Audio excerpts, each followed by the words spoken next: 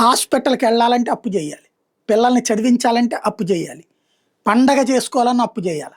అప్పు లేకపోతే తిండి దొరకనటువంటి పరిస్థితి మధ్యతరగతి బ్రతుకులదైంది ఆంధ్రప్రదేశ్. పేదవాడి పరిస్థితి కూడా అదే అవుతుంది.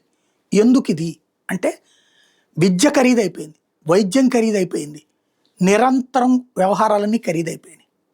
ఈ ఖరీదైన వ్యవహారాల మధ్యన మళ్ళీ దానికి తోడు ఇగో క్లాషెస్. పక్కింటి ఆవిడ అట్టుంది, ఆ చీర కట్టింది కాబట్టి నేను ఈ చీర కట్టాను. అరే చీరకి బ్లౌజుకి చీర 1000 రూపాయలు ఉంటే బ్లౌజుకి 1000 రూపాయలు పెట్టి కుట్టించుకోవాల్సిన పరిస్థితి 3000 రూపాయలు కూడా అవుతుందట.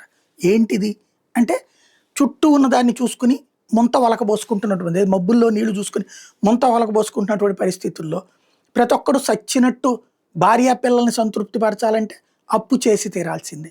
ఇప్పుడు అప్పుల్లో భారతదేశంలోని టాప్ 1లో ఉన్నామని గర్వంగా చెప్పాలా, సిగ్గుపడాలా అన్నది ఆలోచించాలి.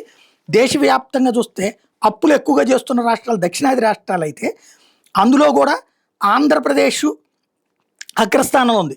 అప్పు తీసుకున్న వయోజనుల సంఖ్య 43.7%. అంటే 18 ఏళ్ళు దాటిన వాళ్ళలో 100కి 43 మంది 44 మంది అప్పే తీసుకుంటున్నారు. తర్వాత తెలంగాణ 37.2, అంటే 37 మంది అక్కడ అప్పు తీసుకుంటున్నారు.